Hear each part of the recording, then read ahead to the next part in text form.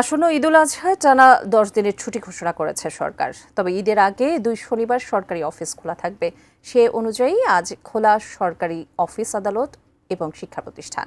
এ বিষয়ে সিলেট থেকে বিস্তারিত জানিয়েছেন প্রতিনিধি কামরুল ইসলাম মাহি। ছুটির দিন থাকা সত্ত্বেও দেশের সকল সরকারি বেসরকারি প্রতিষ্ঠান খোলা রয়েছে। একই সঙ্গে আর্থিক সেবা দানকারী যে সকল প্রতিষ্ঠান রয়েছে, ব্যাংক, বিমা এবং শেয়ার বাজার, সেগুলো খোলা রয়েছে। আমরা এই মুহূর্তে সিলেট মহানগরীর জিন্দাবাজার এলাকার একটি ব্যাংকে আছি এবং এই ব্যাংকেও কিন্তু অন্যান্য কর্মদিবসের মতোই কিন্তু সকল ধরনের কার্যক্রম কিন্তু চালু রয়েছে। একই সঙ্গে কিন্তু সিলেটের অন্যান্য ব্যাংকগুলো কিন্তু স্বাভাবিক কার্যক্রম কিন্তু অব্যাহত রেখেছে। মূলত ঈদুল আজহার যে ছুটি টানা 10 দিন, সেই ছুটি সমন্বয় করতেই কিন্তু আজ শনিবার এবং পরবর্তী শনিবার কিন্তু এই যে সরকারি ছুটি থাকা সত্ত্বেও কিন্তু কর্মদিবস কিন্তু খোলা থাকবে।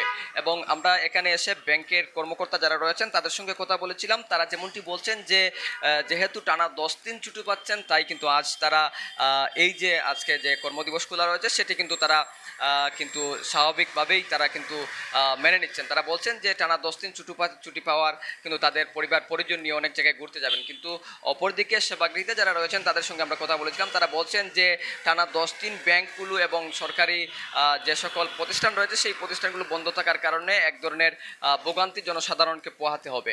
আমরা আর্থিক সেবাদানকারী প্রতিষ্ঠানের পাশাপাশি সিলেটের শিক্ষা প্রতিষ্ঠানগুলোও কিন্তু অন্যান্য দিনের মতোই কিন্তু খোলা থাকতে আমরা দেখেছি। শিক্ষা প্রতিষ্ঠানের শিক্ষার্থীরা এবং শিক্ষকরা যথাসময়ে কিন্তু বিদ্যালয়ে গিয়ে তাদের যে শিক্ষা কার্যক্রম তারা সেটি শুরু করেছেন। তো সব মিলিয়ে সিলেট থেকে এই ছিল আমার কাছে সর্বশেষ।